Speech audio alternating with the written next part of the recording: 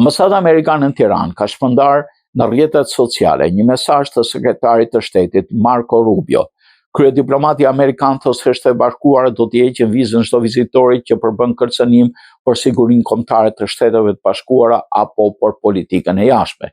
Sekretari Rubio, nëse unë identifikoj një vizitor në vendin tonë paranier të cilit përbën kërcënim për politikën tonë të jashtme dhe sigurinë kombëtare, ne do t'ja heqim vizën, thuhet në mesazhin e Rubios. Kujtojmë që Rubio në konferencën me Urban vuri në dukje se nëse dikush hyn në SBA si vizitor, qoftë student, turist, gazetar apo kushdo tjetër dhe merr pjesë në aktivitete që shkojnë kundër interesit kombëtar dhe sigurisë kombëtare të SBA, viza e tij do t'i hiqet. Në disa raste revokimi i vizës mund të paraprihet dhe ekzekutimin e një veprimi nga një vizitor ndërkombëtar. Në fakt, nëse do ta dinit se do ta bënit, ndoshta ju nuk do t'ua kishim dhënë vizën, tha ndër të tjera Rubio gjatë konferencës për shtyp.